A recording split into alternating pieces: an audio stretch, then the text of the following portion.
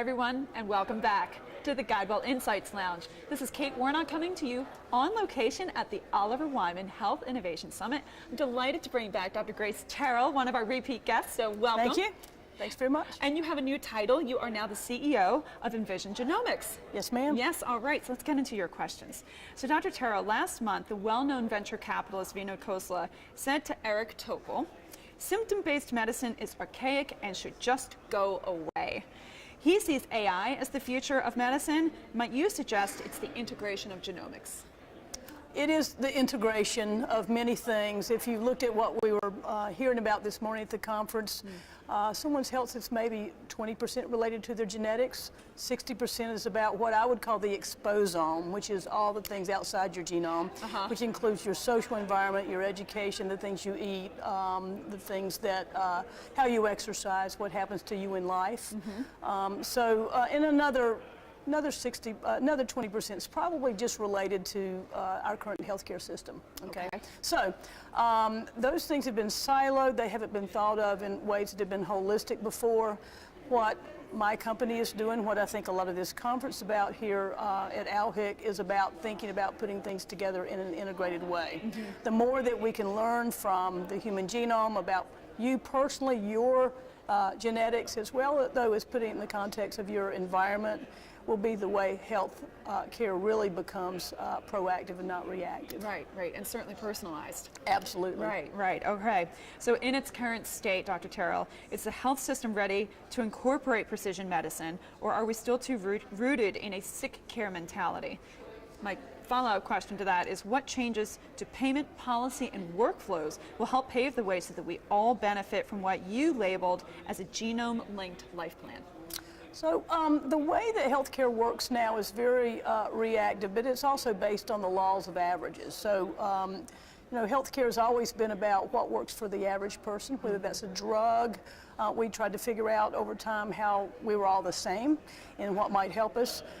The new world, and this will be true for payers, this will be true for everybody on the healthcare delivery side, has to understand how we're all different. And the way we're different is going to make a difference in terms of getting better results and outcomes for individuals. That's where genomics can have a huge component. But is the system ready for it? Of course they're not ready for it. But one of the things that was I've heard quoted before is it doesn't matter whether you're ready for change or not, it's going to come anyway. Right. You know, it's interesting. We had Sam Glick earlier in an interview, and I was saying, you know, here we are still communicating in the health industry with fax machines, and we've gone on another path, AI and deep learning. And I said, how do you marry the two? And he said, really, you don't. You continue to run on parallel tracks until hopefully eventually the old technology just kind of goes away. So I think that's what you're suggesting too. Yes. All right, so a pivot to culture, Dr. Terrell. A recent article in Politico outlined the many ways the role of the doctor will change, especially as team-based care becomes more of the norm.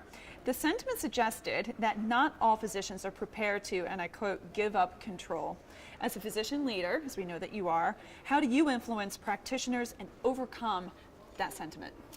So I thought it was really interesting that that had just been written. I wrote a book way back in 2010 called MD 2.0.